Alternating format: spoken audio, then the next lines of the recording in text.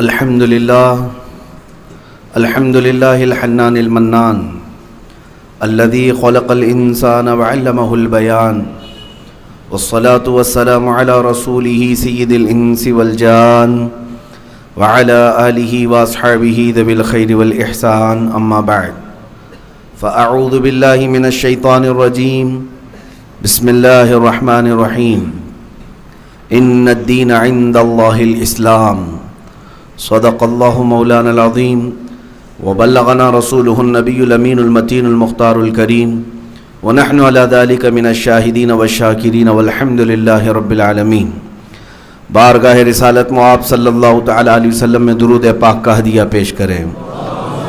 اللہم صلی علی سیدنا و مولانا محمد معدن الجود والکرم وآلہ واصحابہ الکرام وابنہ الکریم وبارک وسلم صلاۃ دائمۃ سرمدا ابدا۔ عزیزان گرامی وقار، اللہ تعالیٰ نے قرآن پاک میں فرمایا بے شک دین اللہ کے نزدیک اسلام ہی ہے۔ ویسے تو دنیا میں بہت سارے مذاہب، بہت سارے ادیان ہیں، اللہ تعالیٰ جس دین کو پسند فرماتا ہے وہ دین اسلام ہے۔ قرآن مقدسہ میں اللہ نے فرمایا رضیت لکم الاسلام دینا، میں تمہیں اسلام دے کر راضی ہوا۔ اور یہ ایک ہی دین ہے جو کمپلیٹ دین ہے۔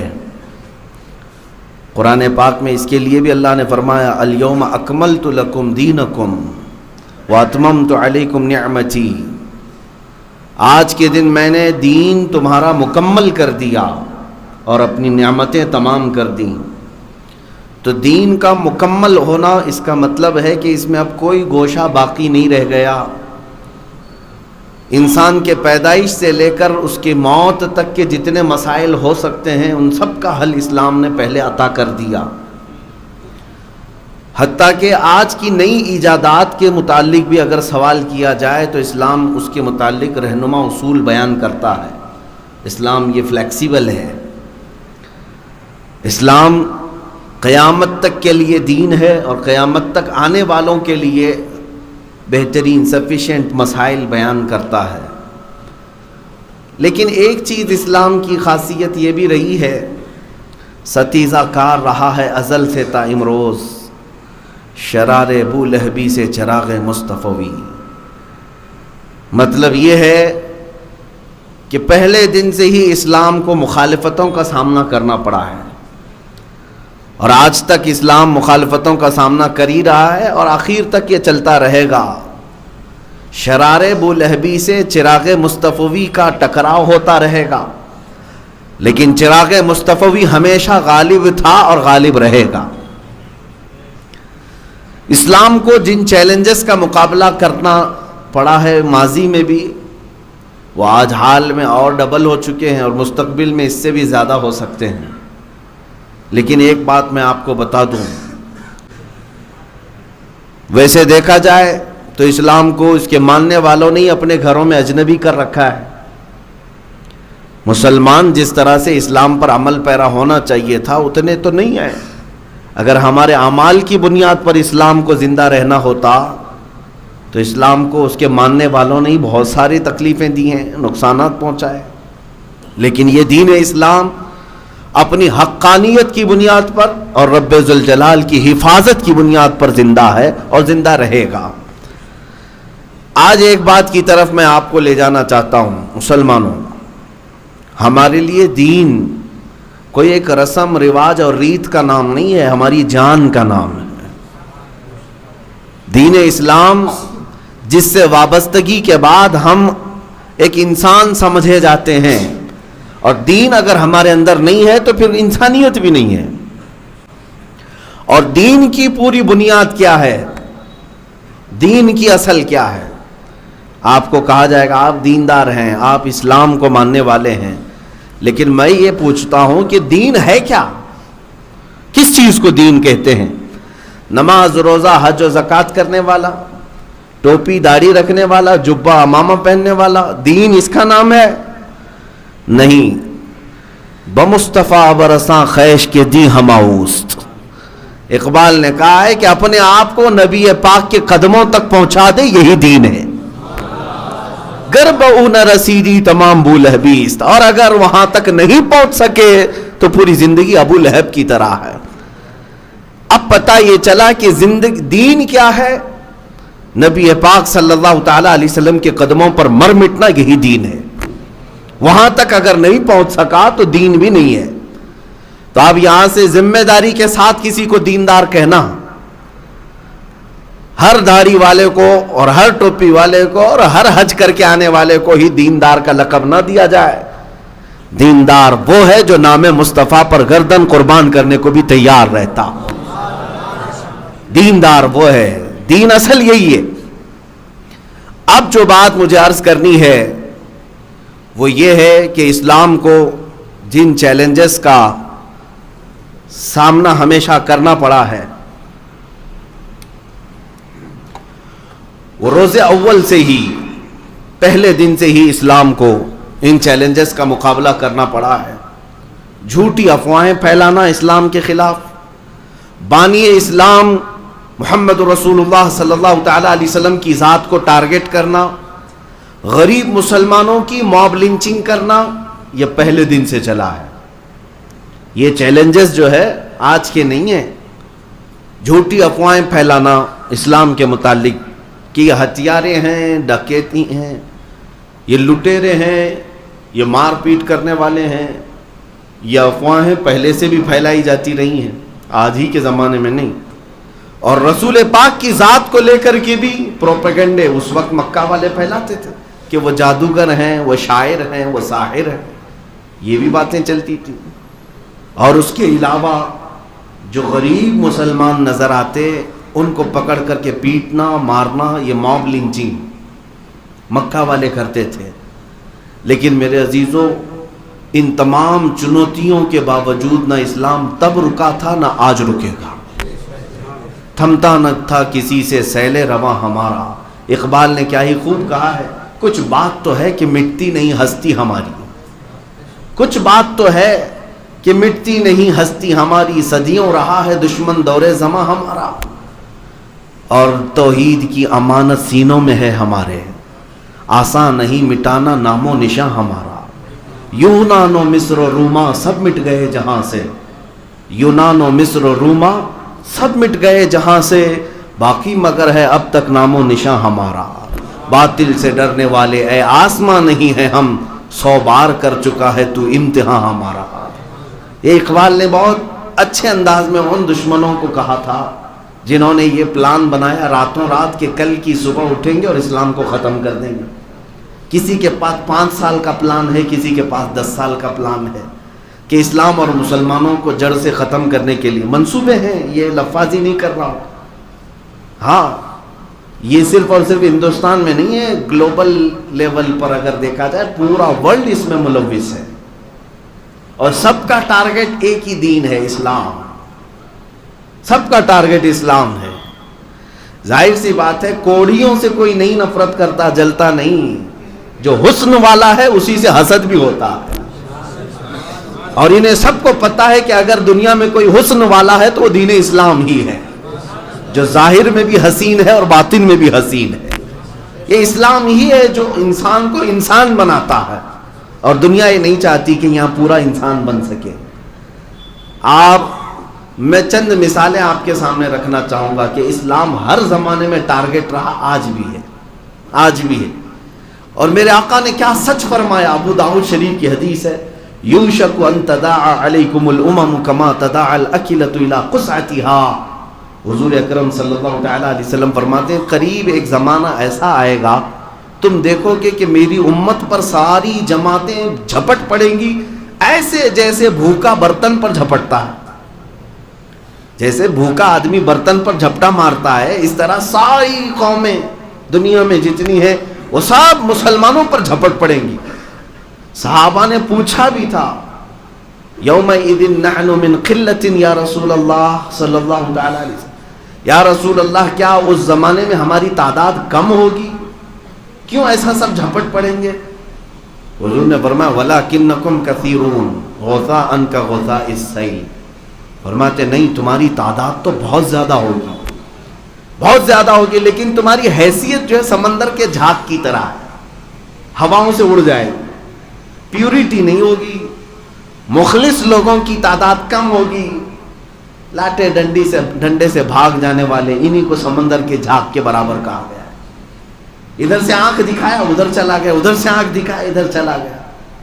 یہ وہ لوگ ہیں جن کو سمندر کے جھاگ کی طرح کہا گیا ہے۔ میں آج آپ کو بتاتا ہوں، کیا یہ حدیث پاک صادق نہیں آتی؟ آج ہر ایک کا ٹارگٹ آج اسلام کیوں ہے؟ ہر ایک کا ٹارگٹ آج اسلام کیوں ہے؟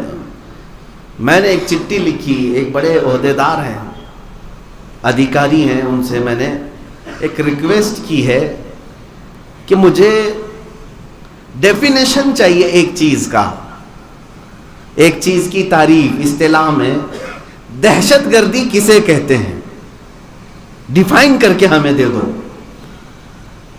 ظاہر سی بات ہے کوئی تو اس کی تعریف ہوگی نا، کوئی ڈیفینیشن ہوگی۔ آتنکوادی کسے کہتے ہیں، دہشت گرد کسے کہتے ہیں، ٹیررسٹ کسے کہتے ہیں؟ ان صاحب نے اورلی تو کہا کہ جو کمیونٹی کو اور ملک کو نقصان پہنچائے اس کو آتنکواد کہتے ہیں، لوگوں کے لیے جو نقصان پہنچائے اور دیش کو جو نقصان پہنچائے۔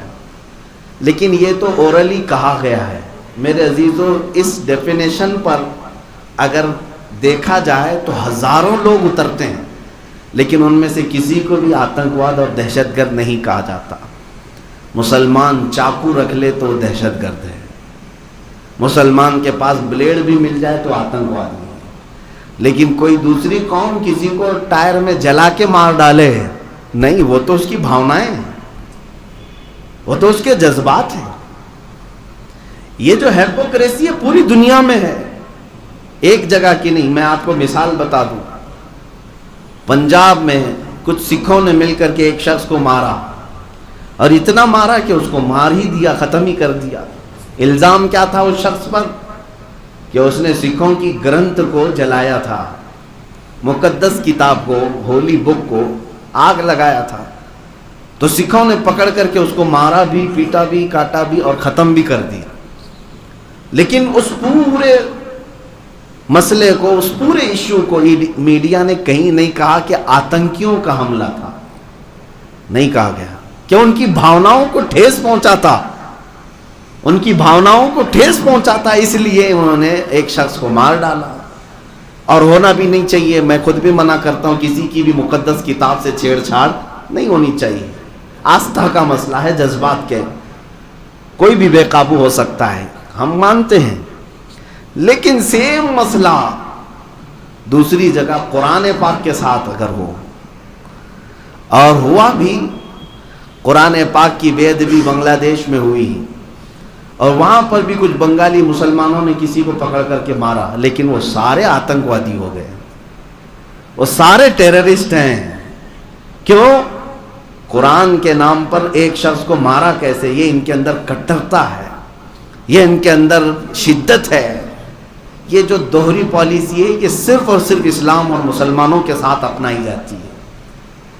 آج تک آپ نے کبھی کمپیئر کر کے دیکھا کہ دنیا میں سب سے زیادہ قتل کون کرواتا ہے اور کس کے ذریعے سے ہوئے ہیں؟ میں اپنے ڈیٹا کو نہیں بتاتا، ان کے ذریعے سے، ان کے دوارا نکالے گئے ڈیٹا اور آنکڑوں کو ہی اگر رکھوں، امریکہ کے ذریعے سے جو جنگیں نافذ کی گئی ہیں، کروڑوں لوگوں کی جانیں جا چکی ہیں، وہ چاہے عراق ہو، چاہے وہ افغانستان ہو، ویتنام ہو، یا دیگر کنٹریز میں جو لوگ مرے ہیں جنگوں میں، فرسٹ ورلڈ وار میں، سیکنڈ ورلڈ وار میں، دونوں ملا کر کے 6 کروڑ سے زیادہ لوگوں کی موتیں ہوئی۔ یہ ساری موتوں کا ذمہ دار آج تک کبھی دہشت گرد نہیں کہلایا، کبھی آتنکواد اس کو نہیں کہا جاتا۔ چند دنوں قبل آپ نے دیکھا ہوگا نیوزی لینڈ کی ایک مسجد میں ایک ہتھیارہ داخل ہو کر نمازیوں پر بندوق تانا اور 50 لوگوں کو ایک ساتھ بھون دیا، نماز پڑھنے والے لوگ۔ یہ جو مانسکتا آئی تھی، اس کے اندر کٹرتا آئی، مسلمان دشمن، اسلام دشمن، یہ کس نے بنایا ہے؟ کون پھیلا رہا ہے یہ چیزیں؟ یہ ساری چیزیں آج میں وجہ بتا کر کے آپ کو جاؤں گا۔ میری کل کی اسٹڈی آپ کے سامنے رکھتا ہوں۔ ایک مسجد میں ایک ہتھیارہ داخل ہوتا ہے اور گولیوں سے سارے نمازیوں کو بھون دیتا ہے. 40 سے 50 لوگ موت کی گھاٹ اتر جاتے ہیں. لیکن پوری دنیا نے اس کو آتنکی حملہ نہیں کہا, اس کو دہشت گردانہ حملہ نہیں کہا, اس کو ٹیرر اٹیک نہیں کہا. اس پہ بھی یہ کہا گیا وہ مانسکتا اس کی صحیح نہیں تھی, یا مانسک سنتولن بگڑا ہوا تھا, پاگل ٹائپ کا آدمی تھا اس لیے ایسا ہو گیا. میرے عزیزو, یہ دوہرا معیار ایک جگہ نہیں, نیوزی لینڈ ہو, سوئٹزرلینڈ ہو, امریکہ ہو, UK ہو, یا پھر دنیا کی کسی بھی خطے میں, یہ جو ڈیفینیشن انہوں نے جو بتایا نا, ملک اور قوم کا جو نقصان پہنچا ہے وہ دہشت گرد ہے, یہ کبھی نہیں اس ڈیفینیشن پر اترتے. یہ صرف اور صرف بنایا گیا ہے لفظ مسلمانوں کے لیے. اسلامو فوبیا, پورے ورلڈ میں آج اسلامو فوبیا یہ کیا چیز ہے؟ اسلام کو ایک ڈراؤنا مذہب بتانے کے لیے پوری دنیا ایڑی چوٹی کا زور لگا چکی ہے. جو وجہ میں بتا رہا ہوں اب توجہ سنیں. ابھی چند دنوں قبل ہماری تحقیقات میں ایک ایسی تنظیم بھی سامنے آئی جو امریکہ میں مسلمانوں کے حقوق کے لیے لڑتی ہے. اس نے بہت ساری ایسی چیزیں آشکار کی کہ دنیا بھر میں جو اینٹی مسلم تنظیمیں ہیں, اینٹی مسلم تنظیمیں جو مسلمانوں کے خلاف نفرت کے اور زہریلے ماحول بناتے ہیں دنیا بھر میں, وہ صرف ہندوستان میں نہیں, بہت سارے علاقوں میں, برما میں, سیریا میں, ٹرکی میں, بہت ساری جگہ جو تنظیمیں مسلمانوں کے اگینسٹ کام کرتی ہیں, وہ امریکہ کی تنظیم نے باضابطہ ان کا ڈیٹا نکالا. سب کو فنڈنگ امریکہ کی بڑی بڑی طاقتیں کرتی ہیں, ان کو پمپنگ کرنا, ان کو فنڈنگ کرنا, ان کو بیک سے مالی تعاون دینا. میرے عزیزو, آپ کیا سمجھتے ہیں کہ یہ اٹھے بیٹھے ایسی گستاخیاں ہوتی ہیں؟ یہ اٹھے بیٹھے ایسی لوگ بازار میں آ جاتے ہیں؟ نہیں, اسلام کے خلاف پوری دنیا متحد ہے اور ایک جٹ ہو کر کے نشانہ ساتھی. یہ تو اللہ تعالیٰ کی مدد ہے جو آج بھی ہم حی علی الصلاۃ اور حی علی الفلاح بلند آواز سے کہہ رہے ہیں, اور ہم اپنے رب کے سجدوں کے لیے کسی کے محتاج بھی نہیں ہیں دنیا میں. یہ اللہ تعالیٰ کا احسان ہے, ورنہ طاقتیں پوری کی پوری اسی بات پر لگی ہوئی ہیں کہ مسلمان اور اسلام, مسلمان اور اسلام.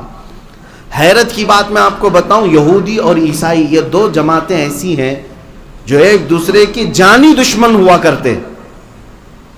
یہودی اور عیسائی 3 مرتبہ ایسے سخت حملے عیسائیوں نے کیے ہیں یہودیوں پر فلسطین میں کہ ان کی اینٹ سے اینٹ بجا کر رکھ دی. ہیکل سلیمانی کو کس نے توڑا؟ فلسطین میں آج جو یہودی آ کر بیٹھے ہیں, ان کی تاریخ آپ اٹھا کر کے پڑھ لیں.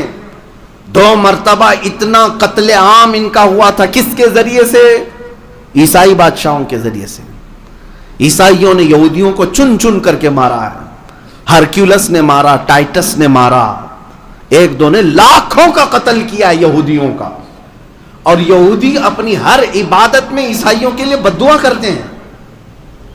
یہ زمانے تک چلتا رہا. اور ہٹلر کے زمانے میں کیا ہوا یہ بھی بات مشہور ہے. 60 لاکھ یہودیوں کو اس نے مارا, قتل عام کیا. یہ بات مشہور ہے. اتنا ایک دوسرے کو قتل کرنے والی جماعتیں, عیسائی یہودیوں کا قتل کرتی ہیں اور یہودی اگر موقع پائیں عیسائیوں کو مارتے ہیں. ہر زمانے میں یہ چلتا رہا, لیکن پچھلے 100 سال سے یہ بالکل جانی دوست بنے ہوئے ہیں, ایک دوسرے کے لنگوٹی آ رہے ہیں, یہودی ہوں یا عیسائی ہوں. کیوں میاں؟ دونوں نے اس بات کو طے کر لیا کہ ہمارا متفقہ دشمن اسلام ہے, یہودیوں کا بھی اور عیسائیوں کا بھی. تو ان دونوں نے اس بات پر اتفاق کر لیا کہ یہودی اور عیسائی نہیں لڑیں گے, اس لیے کہ ہمارا ٹارگٹ اسلام ہے. اور ایک بات میں آپ کو بتا دوں, اسلام دشمن طاقتیں کس طرح سے جمع ہوتی ہیں. حالانکہ ان کا آپس میں نہیں ملتا, جمتا نہیں ہے, پھر بھی جمع ہوتے ہیں اسلام کے خلاف. آپ کو پتا ہے یہودی ہوں یا عیسائی ہوں, یہ اہل کتاب ہیں, یہ خدا کو ماننے والے لوگ ہیں. اگرچہ شرک کرتے ہوں, عقیدے میں بگاڑ آیا ہو, لیکن یہ اللہ کو ماننے والے لوگ تھے. یہودی بھی اور عیسائی بھی اور اہل کتاب ہیں. تورات، انجیل، زبور ان کے ہاں اتری ہے اور یہ نبیوں کو بھی ماننے والی قومیں. ان سے اگر ملتا جلتا کوئی دین تھا، ان کو اگر ماننا تھا تو اسلام کو ماننا تھا کہ ہم بھی کتاب والے ہیں، قرآن والے ہیں، ہم بھی رسول والے ہیں اور ہم بھی خدا کو ایک ماننے والے. نہیں، یہودیوں اور عیسائیوں کی یہ پرانی عادت ہے. یہ اہل کتاب ہو کر، نبیوں کو ماننے والے ہو کر، خدا کی عبادت کرنے والے ہو کر کے بھی میرے رسول پاک کی دشمنی میں انہوں نے بتوں کی پوجا کرنے والے مشرکین سے دوستی بنائی. مکہ میں ہمیشہ مشرکین مکہ کے ساتھ ان کی دوستیاں گہری تھیں. قرآن پاک میں جا بجا اللہ نے فرمایا یہ لوگ کیسے ہیں، اہل کتاب ہو کر نبیوں اور رسولوں پر ایمان لا کر کے بھی دوستی کس کی کر رہے ہیں؟ ان بتوں کے پجاریوں سے جو 360 سے زیادہ بتوں کو مانتے تھے. ان کا ہواؤں کا خدا الگ تھا، پانی کا الگ تھا، آگ کا الگ تھا، بچوں کا الگ، جوانوں کا الگ، عورتوں کا الگ. یہ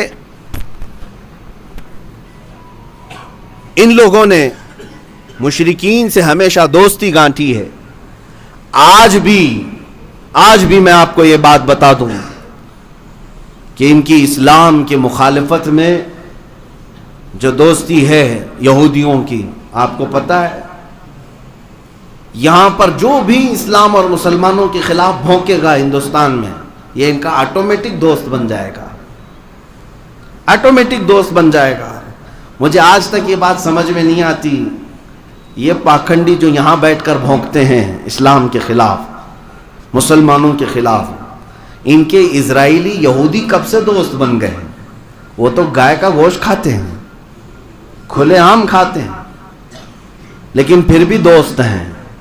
وہ ان کے خداؤں کو برا بھلا کہتے ہیں، وہ آئیڈل ورشپرز کو گالی دیتے ہیں، پھر بھی دوست ہیں. یہودی ان کے دوست ہیں. نہ ان کے بھگوانوں کو مانتے ہیں، نہ خداؤں کو مانتے ہیں، نہ ان کی ماتا کو مانتے ہیں، بلکہ ماتا کو کھاتے ہیں. اس کے باوجود ان کے گہرے دوست ہیں. کیوں؟ اس لیے کہ دشمن ایک ہے، اسلام. مسلمانوں کو ٹارگٹ کرنا ہے، اسلام کو ٹارگٹ کرنا ہے. اس لیے وہ بھی بھائی ہیں، یہ بھی بھائی ہیں. اے مسلمانوں، میں آپ کو یہی دنیا کی ہیپوکریسی آپ کو سمجھانا چاہتا ہوں. یہ جو سیکولرزم کا دعویٰ کیا جاتا ہے، سیکولرزم اور آزادی رائے، یہ سب باتیں کیا ہیں جانتے ہیں؟ Freedom of speech, freedom of expression. یہ دنیا نے جو نئی نئی چیزیں ایجاد کی ہیں، یہ صرف اور صرف مسلمانوں کے خلاف بھونکنے کے لیے. یعنی آپ نبی پاک کی شان میں گالیاں دیں تو دنیا یہ کہے گی فریڈم آف اسپیچ ہے، آزادی ہے بولنے کی ہر ایک کو. لیکن پکڑ کر کے ان کے پرائم منسٹر یا پریزیڈنٹ کے خلاف کچھ بولو تو دوسرے دن اندر ہو جائیں. کیوں؟ فریڈم آف اسپیچ صرف اور صرف اسلام کے خلاف بولنے والوں کو دی جاتی ہے. فریڈم آف ایکسپریشن صرف اور صرف قرآن اور اسلام کے خلاف بولنے والوں کو دی جاتی ہے، باقی کسی اور کے ساتھ نہیں. یہ دوہرا معیار ہر زمانے میں رہا ہے. اور سیکولرزم کی بات جو کی جاتی ہے، دنیا میں سیکولرزم ہونا چاہیے، اور یہ بھی سیکولرزم صرف اور صرف اسلام کے خلاف عمل کرنے کو کہا جاتا ہے. برقعے پر پابندی لگا دو، حجاب پہن کر کے کوئی لڑکیاں نہ آئیں. کالجز میں ابھی کرناٹک میں بھی یہ مسئلہ چل رہا تھا. ان سے پوچھا جائے تو صرف بات یہ، یہاں سیکولرزم ہے، مذہبیت نہیں آنا چاہیے، سب جس طرح سے جی رہے ویسے رہو. یہ سیکولرزم صرف برقعے اور حجاب کے لیے کیوں ہے؟ کبھی کسی عیسائی نن کے خلاف تو بات نہیں ہوئی آج تک. عیسائی عورتیں بھی پورے حجاب میں رہتی ہیں، نہیں دیکھا ان کی عورتوں کو؟ وہ صرف چہرہ کھلا رکھ کر باقی پورا پہنتی ہیں. آج تک دنیا میں ان عورتوں کے خلاف نہ کسی گورنمنٹ نے کوئی رول پاس کیا، نہ کسی مال نے پابندی لگائی، نہ کسی کالج یا یونیورسٹی نے یہ کہا کہ آپ نن ہیں تو یہ پہن کے نہیں آ سکتی. یہ سیکولرزم بھی صرف اور صرف مسلمانوں کے خلاف استعمال کیا جاتا ہے. جاب دینے کے لیے داڑھی چھلا کر کے آؤ، آپ داڑھی منڈا کر کے آؤ۔ مجھے یہ سمجھ میں نہیں آتا مسلمان کی داڑھی میں کیا کانٹے لگے رہتے ہیں جو ان کو بہت چبھتے ہیں؟ ہاں سیکولرزم ہے، ہمارے یہاں سیکولرزم ہے، آپ داڑھی نکال کر کے آؤ، جیسے سارے لوگ ہیں ویسے ہیں۔ سیکولرزم کا یہ چوغا صرف اور صرف مسلمانوں کے خلاف استعمال کیا جاتا ہے، لیکن ایک پنجابی سکھ داڑھی رکھ کر کے پرائم منسٹر بھی بن سکتا ہے، اس سے نہ پگڑی اتاری جاتی ہے اور نہ داڑھی اتاری جاتی ہے۔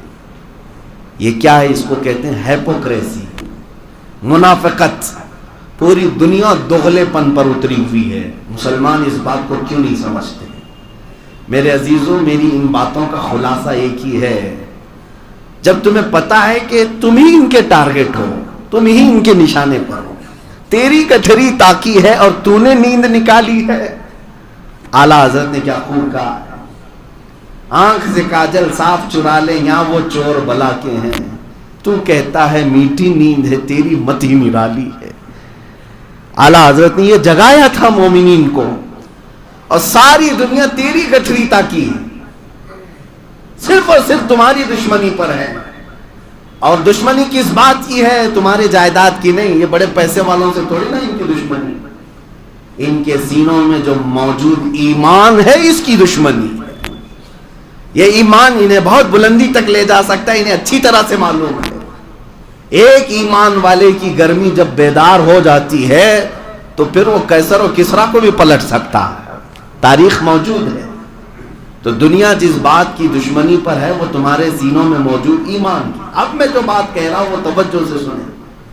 جب آپ کو پتا ہے کہ پوری دنیا مجھے ہی ٹارگٹ پر رکھی ہوئی ہے، پوری دنیا کو میرے ہر عمل سے تکلیف ہے، تو کیوں میں ان کو راضی کرنے کے لیے کبھی داڑھی نکالوں، کبھی ٹوپی چھپاؤں، کبھی لباس بدل دوں، کبھی جو ہے سیکولر بن کر کے آ جاؤں کہ نہیں میاں تم بھی ہمارے ہم بھی ہمارے۔ تمہیں پتا ہے تمہارے پورے کے پورے بدل جانے سے بھی یہ دنیا تم سے راضی نہیں ہوگی، اس لیے صرف اور صرف تمہارے پاس راستہ ایک ہی بچتا ہے۔ وہ راستہ کیا ہے؟ انہیں جانا انہیں مانا، نہ رکھا غیر سے کام، للہ الحمد میں دنیا سے مسلمان گیا، آج لے ان کی پناہ آج مدد مانگ ان سے، کل نہ مانیں گے قیامت میں اگر مان گیا۔ مسلمانوں جتنی دیر سے سمجھو گے اتنا نقصان ہوگا۔ آج اگر ہم بیدار کرنے آپ کے پاس آئے ہیں، سمجھ جاؤ اس بھری دنیا میں تم بھیجے گئے ہو امت مصطفیٰ خیر امت بنا کر، تو کیا ہی بہتر ہوتا کہ اس نبی پاک کے اخلاق پر عمل کر کے دنیا میں سرخروئی حاصل کرو، اللہ کی بارگاہ میں بھی محبوبیت کا مقام حاصل کرو۔ کیا یہ بہتر نہیں ہے؟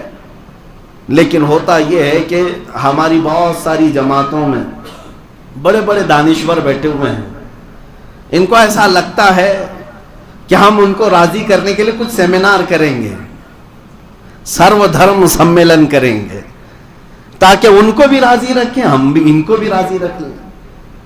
ہوتا یہ ہے کہ سارے لوگوں کو راضی کرتے کرتے میں نے کچھ لوگوں کو کتا بنتے ہوئے دیکھا ہے۔ ہاں، کتے سے زیادہ ان کی کوئی حیثیت نہیں رہ جاتی، اور وہ لوگ کبھی راضی بھی نہیں ہوتے۔ کاش مدینے والے کو راضی کرنے کی ایک بار بھی کوشش کیا ہوتا۔ وہ رسول مختار ہیں جو تمہارے ایک درود سے راضی ہو جاتے ہیں، وہ رب کائنات ہے جو تمہارے ایک سجدے سے راضی ہو جائے۔ تو کیوں نہ ہم ادھر راضی کرنے پر لگ جائیں، اپنی محنتیں لگائیں۔ عزیزان گرامی وقار، آج اب ضرورت اس بات کی ہے کہ ہر میدان میں اتر جاؤ، ہر فیلڈ میں اتر جاؤ۔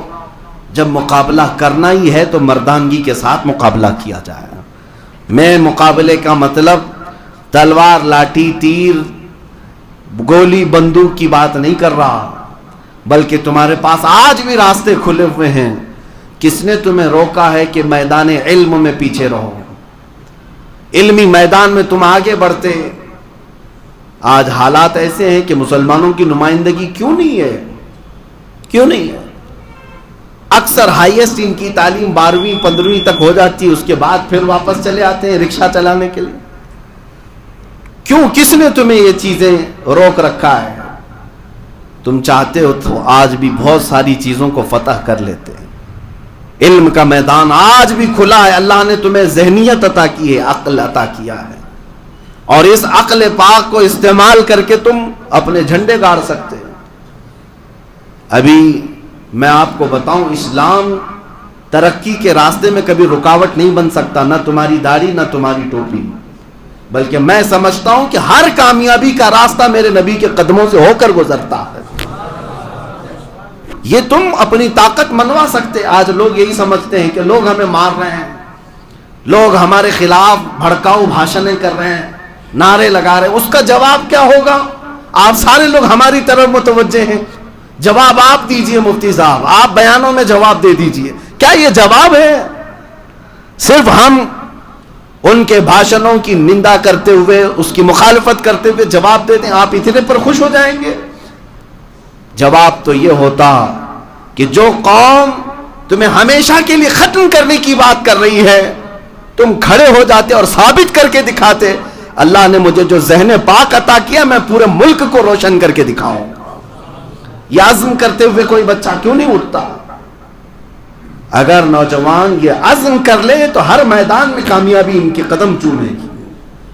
ہزاروں انجینئر بچے ہمارے پاس ہیں, ہزاروں ڈاکٹرز ہمارے پاس ہیں, لیکن یہ اگر متحد ہو کر کے یہ سوچ لیں کہ اسلام کسی کی ترقی کی آڑ نہیں بن سکتا, رکاوٹ نہیں بن سکتا.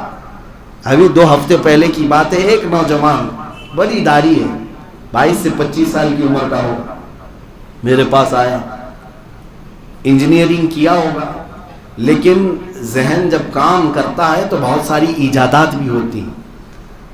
اس نے ایک نئی ایجاد کیا ہے جو ابھی فی الحال کسی کے پاس نہیں, فری انرجی جنریٹ کرنا.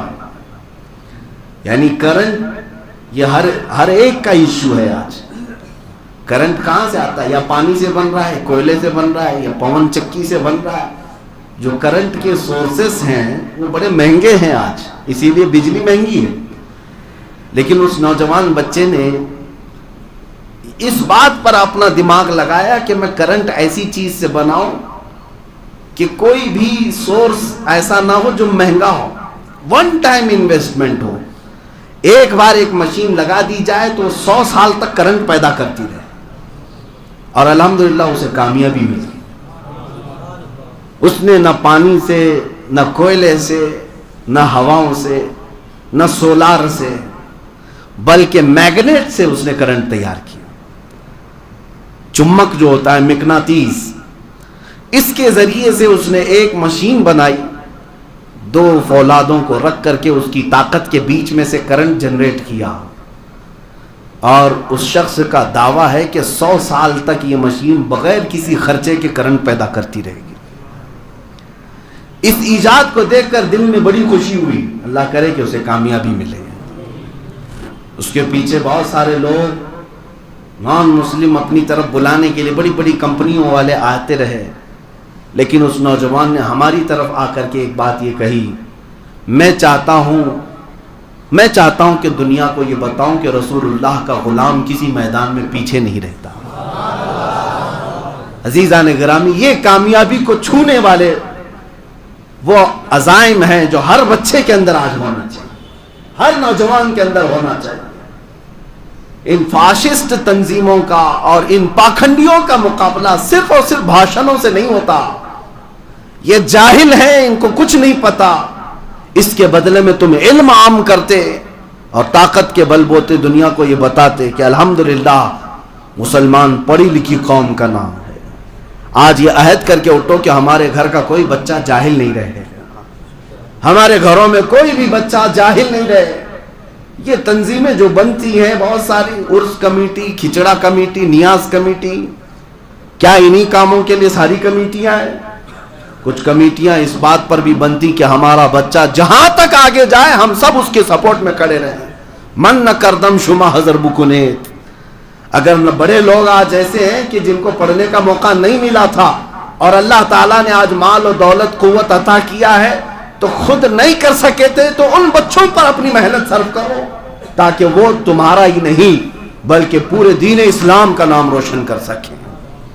ایک زمانہ تھا 90 کی دہائی میں، آپ کو پتا ہے، ایک پنجابی سکھ، انہوں نے مجھ سے خود کہا کہ مولانا آج جس طرح سے آپ کو آتنکوادی کہہ رہے ہیں 20-25 سال پہلے ہم کو کہتے تھے. 30 سال پہلے کی بات ہے کہ جہاں کوئی پنجابی نظر آئے، سکھ نظر آئے، اس کو خالستانی، اس کو آتنکوادی، اس کو ٹیررسٹ کہا جاتا تھا. یہ مشہور ہے بات. ان کو بہت شک کی نگاہ سے دیکھا جاتا تھا.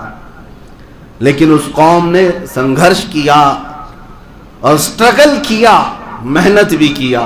اپنی کمیونٹی کو اوپر لے جانے کے لیے انہوں نے اپنی آئیڈینٹی کبھی نہیں کھوئی، اپنی شناخت نہیں بدلی، اور محنت کر کے اپنے ہی قوم کے لوگوں کو کہاں تک، ہندوستان کے پرائم منسٹر کی کرسی تک بھی پہنچایا. آج کوئی نہیں کہتا وہ کسی پولیس کو پکڑ کر کے سرے عام مار بھی ڈالے. دلی کی سڑکوں پر دیکھا ہے لوگوں نے کہ سکھوں نے کیا آتنک مچایا تھا، لیکن پھر بھی آتنکوادی نہیں کہلائیں گے، وہ ٹیررسٹ نہیں کہلائیں گے.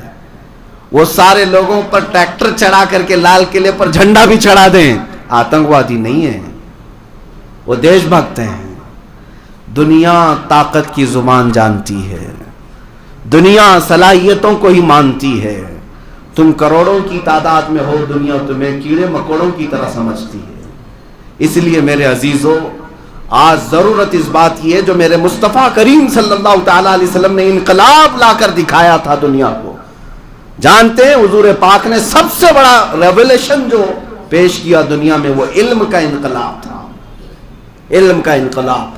عرب میں لوگ جاہل تھے، قلم پکڑنا نہیں جانتے تھے. نبی پاک صلی اللہ تعالیٰ علیہ وسلم نے اس زمانے میں علم کو عام کیا. آج اسی بات کی ضرورت ہے، اپنی قوم کو جواب دینا ہے تو علمی میدان میں آگے بڑھو. ہمارے وہ انجینئرز بچے، ہمارے وہ ڈاکٹرز نئی نئی ایجادات کے ذریعے سے اپنے ملک کو بھی اور اپنے دین کو بھی روشن کریں، اور دنیا کو یہ بتائیں کہ نبی پاک کا غلام کسی میدان میں پیچھے نہیں رہ سکتا. دنیا تانا دیتی ہے تو تم تانے سن کر کے اپنے آپ میں نروس کیوں ہو جاتے ہو؟ جواب دینے کے لیے محنت کی ضرورت ہے. آپ ہر میدان میں محنت کریں، ہر میدان میں محنت کریں. ایک ہی بات میں آپ کو بتا دوں، جب طلب ہوتی ہے تو ہر چیز حاصل بھی ہوتی ہے. آج میں ان بچوں کو جانتا ہوں جن کو اللہ نے ذہن سلیم عطا کیا ہے، عقل پاک عطا کیا ہے. وہ اگر تھوڑی سی محنت کر لیں تو بہت عروج اور ترقی کو پہنچ سکتے ہیں اور دنیا کو جواب بھی دے سکتے ہیں. IAS میں کتنی نمائندگی ہماری ہے، IPS میں ہماری کتنی نمائندگی ہے، پولیس ڈپارٹمنٹ میں ہماری کتنی نمائندگی ہے، عدلیہ میں، ججز میں ہماری نمائندگی کتنی ہے. کیوں نہیں جانا چاہتے بچے؟ مین اسٹریم سے کیوں ہٹے ہوئے ہیں؟ کیا سارے ڈپارٹمنٹ کسی دوسری قوم کے لیے؟ نہیں میرے عزیزو، محنت تم نہیں کرتے اور پھر تانا یہ کیوں دیتے ہو کہ صرف تعصب کیا جاتا ہے؟ نہیں، تمہاری صلاحیتوں کو ماننا پڑے گا دنیا کو. تم صلاحیتیں لے کر کیا ہو؟ ابھی 2 سال پہلے جامعہ اشرفیہ مبارک پور کے پڑھے ہوئے ایک عالم دین نے امتحان پاس کیا اور IAS آفیسر بنے. مولوی صاحب، مولانا مصباحی IAS آفیسر. انہوں نے ظاہر سی بات ہے ٹارگٹ بنایا ہوگا اور محنت کی اور کامیابی آئی. اور کبھی بھی یہ دین اسلام یا داڑھی ٹوپی تمہاری آڑ نہیں بن سکتی. ایک بات یاد رکھ لیں، جب طے کر لو کہ مجھے اس ٹارگٹ کو پہنچنا ہے تو اللہ تعالیٰ راستے خود ہی کھول لیتا ہے. امام اعظم ابو حنیفہ رحمۃ اللہ علیہ کے پاس ان کے شاگرد امام محمد مشہور ہیں، چھوٹی عمر میں آ گئے تھے، چھوٹی عمر میں آئے تھے کہ امام اعظم کا شاگرد بننا ہے. اور امام اعظم ابو حنیفہ چھوٹے تھے، یہ داڑھی بھی نہیں تھی تو اپنے شاگردوں میں نہیں بٹھایا، کہا کہ بیٹا ابھی نہیں، اور تھوڑے دن کے بعد. تو وہ اصرار کرنے لگ گئے، کیا مجھے پڑھایا نہیں جا سکتا یا میں لائق نہیں ہوں، کیا بات ہے؟ جب امام اعظم نے دیکھا کہ اس بچے کا اصرار بڑھتا جا رہا ہے، اس کو ٹالے تو کیسے ٹالے. بڑی بڑی عمر والے امام اعظم ابو حنیفہ کے ہاں بیٹھے ہوئے تھے اور یہ ایک بچہ بغیر داڑھی والا، بغیر مونچھ والا. تو امام اعظم نے صرف ٹالنے کے لیے کہا کہ میں صرف ان کو پڑھاتا ہوں جو حافظ قرآن ہوتے ہیں، حفظ کر کے آؤ قرآن حافظ بن کر کے آؤ پھر میں پڑھاؤں گا. اس میں تو کچھ سال تو لگ ہی جائیں گے. امام اعظم نے یہ کہہ کر کے ان کو ٹال دیا کہ جب تک داڑھی آتی رہے گی تب تک تو حافظ بھی بن جائے. وہ امام محمد 8 دن کے بعد پھر واپس آ گئے. ایک ہی ہفتے کے بعد آئے اور کہا مجھے شامل کر لیجیے. کہا میں نے تمہیں نہیں کہا تھا, بھیجا نہیں تھا کہ حافظ قرآن بن کے آؤ؟ کہا میں حافظ قرآن بن گیا. 8 دن کے اندر پورا قرآن حفظ کر لیا. جب طلب سچی ہوتی ہے تو یہ مکمل قرآن بھی 8 دنوں میں سینے میں آ سکتا. میرے عزیزوں, پھر دنیا کی کون سی ایسی چیز ہے جو تم حاصل نہیں کر سکتے؟ کون سا ایسا تخت ہے اور کون سی ایسی کامیابی ہے جس کو چھو نہیں سکتے؟ اسی لیے اقبال نے کہا تھا یقین محکم عمل پہ ہم, محبت فاتح عالم, جہاد زندگانی میں ہیں یہ مردوں کی شمشیریں. یقین محکم کا مطلب کیا ہے؟ پکا یقین ہو کہ میں اللہ کا بندہ ہوں, مدد میری ہی کرے گا اللہ. یہ یقین محکم ہے. عمل پہ ہم کا مطلب کیا تھا؟ کنٹینیو کام کرنا ہی ہے, چھوڑنا نہیں ہے. کسی نے ادھر سے کھینچا, کسی نے ادھر سے کھینچا, مجھے کام نہیں چھوڑنا ہے. عمل پہ ہم, جس کا مطلب ہوتا ہے آپ جا کر کے اس عمل پہ ہم کا اثر دیکھنا چاہتے ہو, کسی وضو کے نل کے نیچے جا کر دیکھنا, پانی ٹپکتا رہتا ہے, نل بند کرنے کے بعد بھی قطرہ قطرہ ٹپکتا رہتا ہے. نیچے جو پتھر ہوتا ہے اس میں سوراخ ہو چکا ہوتا ہے, کیا نہیں ہوتا ہے؟ میاں تم اپنی انگلی سے کسی پتھر کو سوراخ کر کے دکھاؤ, نہیں کر پاؤ گے, لیکن اس نرم قطرے نے پتھر میں سوراخ کیسے کیا؟ یہ اس کو کہتے ہیں عمل پہ ہم. کنٹینیو اگر کوئی کام کیا جائے, نرمی اگرچہ تمہارے اندر ہو, سوراخ تو پتھروں میں بھی اللہ خود پیدا کرتا ہے. سوراخ پتھروں میں بھی ہو جاتے ہیں, پانی کے قطرے سے ہو سکتے ہیں, تو تمہاری محنت سے کیوں نہیں ہو سکتے؟ ہندوستان میں یہ سب درس کے لیے ماؤنٹین مین بھی موجود ہیں جنہوں نے پہاڑ کو کھود کر کے راستہ بنا دیا. اسی لیے ہمیں بچپن میں ہمارے استاد ایک نصیحت کرتے تھے, مشکلیں نیست کے آسان نشاوت, مرد باید کے ہراسان نشاوت.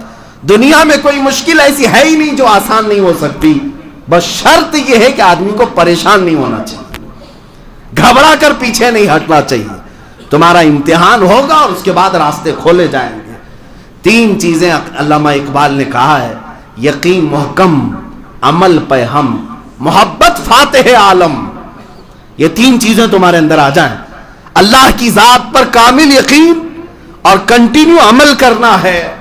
2 رکعت ہی پڑھنا ہے لیکن روز پڑھنا ہے. اور محبت فاتح عالم, دل کے اندر محبت ہر ایک کے لیے رکھا جائے, مومنین کے لیے دل میں الفت اور محبت رکھی جائے. پھر یہ اثر کیا ہوتا ہے؟ کہتے ہیں اقبال کہ جہاد زندگانی میں ہیں یہ مردوں کی شمشیریں. یہ اللہ کی ذات پر یقین کرنا اور کنٹینیو عمل کرنا, یہ تمہارے ہاتھوں کی تلواریں, اسی سے پوری دنیا فتح کر سکتے ہو, پوری دنیا فتح کر سکتے ہو. میرے عزیزو, آج میں اپنے جوان بچوں سے مخاطب ہوں, میں آپ کو حالات کی طرف لے آنا چاہتا ہوں. تم اپنے موبائل کھول کر رات بھر انٹرنیٹ دیکھتے ہو, تم آج اپنے گھروں میں بیٹھ کر کے گیم کے لیے اپنے گھنٹوں قربان کرتے ہو. تمہیں پتا بھی ہے امت آج کس قسم پرسی سے گزر رہی ہے, تمہیں اندازہ بھی ہے میرے نبی پاک کی امت کے ساتھ کیا کیا منصوبے بنائے جا چکے. ایک بات یاد رکھنا, رسول مختار صلی اللہ علیہ وسلم نے فرمایا, من لم یہتم بامرنا فلیس منا. جس نے صبح اس حالت میں کیا کہ میری امت کی فکر نہیں کیا, وہ میری امت میں سے نہیں ہے. میرے آقا فرماتے ہو میری امت میں سے نہیں ہے. مجھے بتاؤ اے نوجوانوں, تم پوری دنیا کو دیکھ رہے ہو, آج کیا کیا نہیں بنایا گیا ہمارے متعلق. کیا تمہیں یہ ہنگامے نہیں جھنجھوڑتے؟ آج فلسطین کے بچوں کی چیخیں تمہیں نہیں دہلاتی؟ ملک شام, عراق, یمن, افغان, برما, یہاں تو پھاڑی ہوئی اوجڑیاں ہیں انسانوں کی. کیا یہ ہولناک حادثے تمہیں نہیں بیدار کرتے؟ کس انداز سے تم آج مگن ہو اپنے گیموں میں اور اپنے فیشن میں. آج تک تمہاری دنیا بدلتی کیوں نہیں ہے؟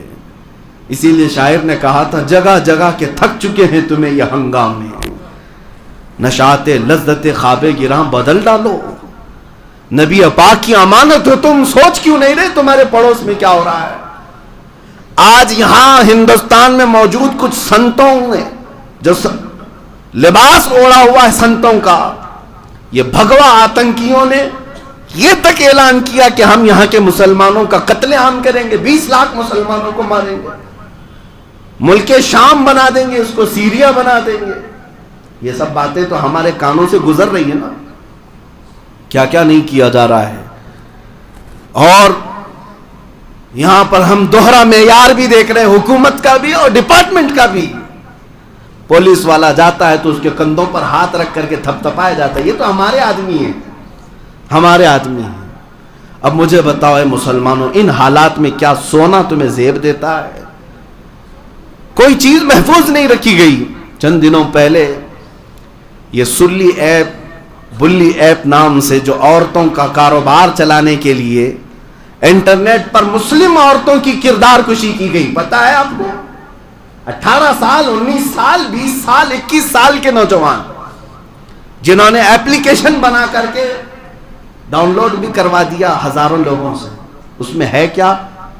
نام چین مسلمان عورتوں کے ریٹ لگائے گئے ہیں، اس کا 1 لاکھ روپے، اس کے 50,000 روپے، اس کے 2 لاکھ روپے۔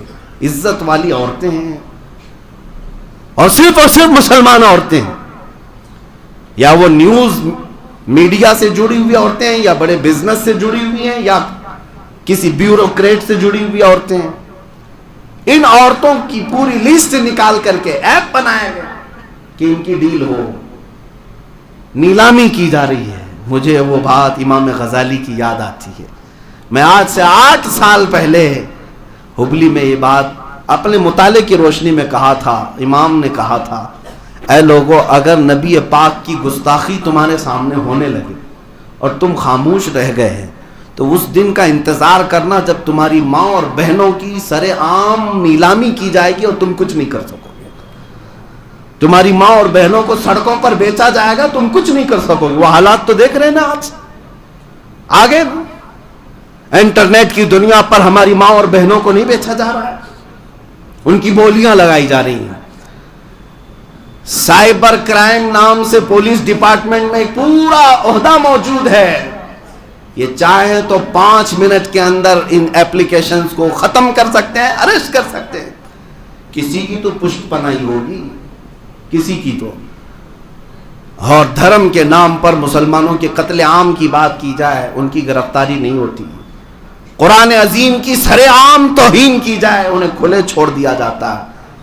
یہ سارے حالات تمہارے جگانے کے لیے ہیں۔ اے میرے عزیز بچوں، اٹھو، بیدار ہو جاؤ۔ تم آج بیدار ہو جاؤ، نبی پاک صلی اللہ تعالیٰ علیہ وسلم تک تمہارے اعمال پہنچائے جا رہے ہیں۔ فرشتے بتاتے ہیں ہر ہفتے جا کر نبی پاک کی امت کے حالات۔ جس دن ہمارے حالات بتا رہے ہوں گے فرشتے حضور کو جا کر کہ یا رسول اللہ، آپ کی امت کی بچیوں عورتوں کا ریپ کیا جاتا ہے، آپ کی امت کا جوان رات بھر کھیل کود میں مصروف رہتا ہے، دن لہو میں کھونا تجھے، شب صبح تک سونا تجھے، شرم نبی خوف خدا یہ بھی نہیں وہ بھی نہیں۔ میرے عزیز بچوں، آج میں جو کچھ بولتا ہوں یہ کوئی میری روایتی تقریریں نہیں ہیں، میں کوئی پیشاور مقرر بھی نہیں ہوں، پتہ نہیں میری زبان کب تک آزاد ہے اور کب ختم ہو جائے ہمیشہ کے لیے، مجھے بھی اس بات کا اندازہ نہیں کہ ساری فاشسٹ تنظیمیں اور طاقتیں میری گردن دبوچنے کے لیے انتظار میں بیٹھی ہیں کہ بہت اپنی قوم کو اٹھاتا ہے، بیدار کرتا ہے یا بولتا ہے۔ لیکن میں صرف اور صرف اتنا چاہتا ہوں، جس دن میں قبر میں جا کر سوؤں تو کم سے کم مجھے اتنا پچھتاوا تو نہ ہو کہ اللہ نے زبان دی تھی، طاقت دی تھی، چاہتا تو امت کو یہ امانت دے سکتا، نہیں دے کر کے آیا، اس بات کا پچھتاوا نہ ہو۔ اس لیے میرے عزیزوں تمہارے سامنے کھل کر کے بول لیتا ہوں، اور آخر میں صرف اتنا ہی میسج دوں گا، آج لے ان کی پناہ، آج مدد مانگو سے، اس رسول پاک کی طرف لوٹ آؤ، اسی میں کامیابی ہے۔ دنیا نے تمہیں بیوقوف بنا رکھا ہے، تمہیں پھٹی ہوئی جینز پہنا کر کے نچاتی اور کہتی ہے کہ تم فیشنیبل ہو، تمہیں چوٹیاں رکھوا دیا، تمہارے کانوں میں بالیاں پہنا دیا، تمہارے ہاتھوں میں بنگڑیاں پہنا دیا۔ اے نوجوان، تو بیوقوف بن رہا ہے، دنیا تجھے مرد سے ہجڑا بنا دی اور عورت تک بنا دیا، اور تم پھر بھی کھلے عام فیشن کے نام پر ناچ رہے ہو. تمہیں پتا ہی نہیں یہ جنگل کے درندے بنانے پر تلے ہوئے ہیں. آپ نہیں دیکھتے مصر کی سرزمین عرب سرزمین ہے. ایک عالم دین نے آ کر کے کہا کہ یہاں پر ایک پارٹی چلتی ہے جس میں وائف سوائپنگ ہوتی ہے. مجھے پتہ ہی نہیں تھا یہ کیا ہے. وائف سوائپنگ کا مطلب یہ ہے کہ ہر آدمی اپنی عورت کے ساتھ پارٹی میں آئے گا، 10 جوڑے ہوں 20 جوڑے ہوں، لیکن وہاں پر اپنی اپنی کار کی چابی رکھ کر کے گھمائی جائے گی. جو جس کی چابی اٹھائے گا اس کی بیوی کو لے کر رات گزارے گا. اس کو وائف سوائپنگ کہتے ہیں. یہ فیشنیبل لوگوں کی پارٹیاں ہیں.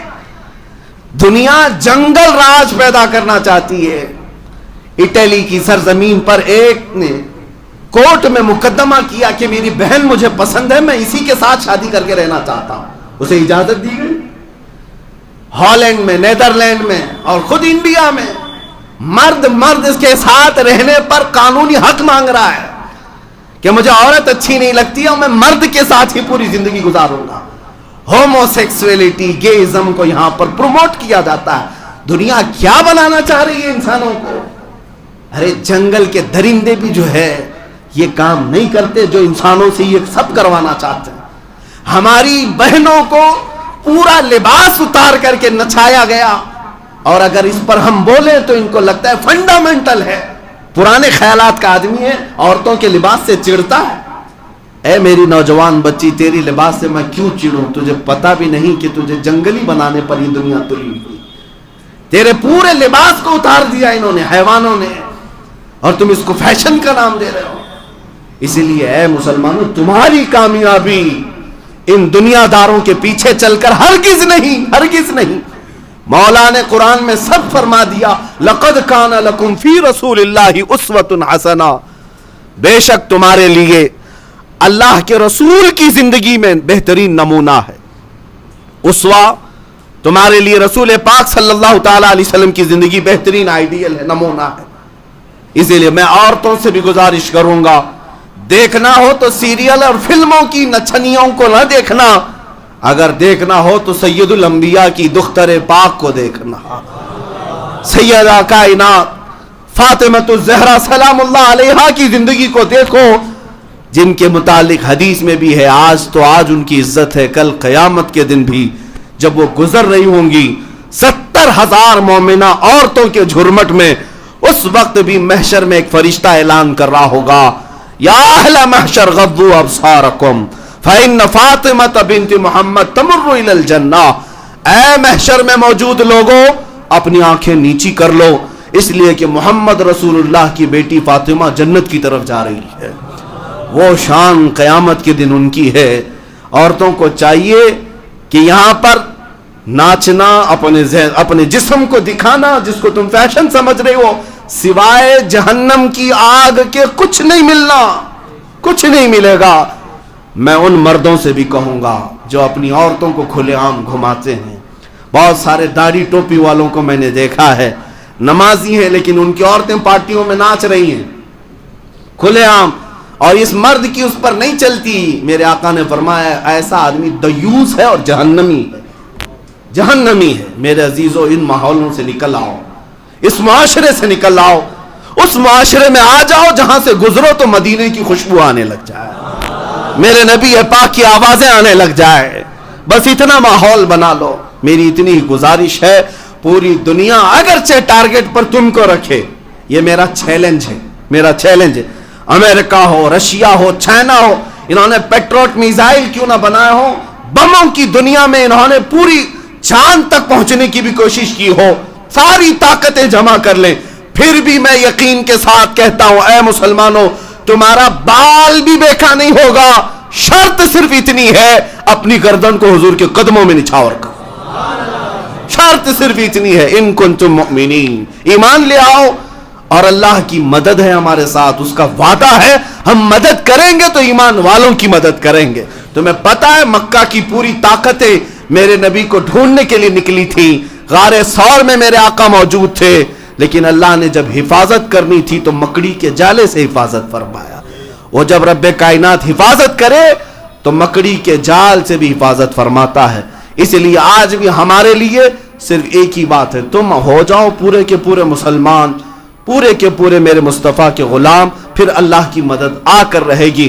انہیں جانا، انہیں مانا، نہ رکھا غیر سے کام، للہ الحمد میں دنیا سے مسلمان گیا.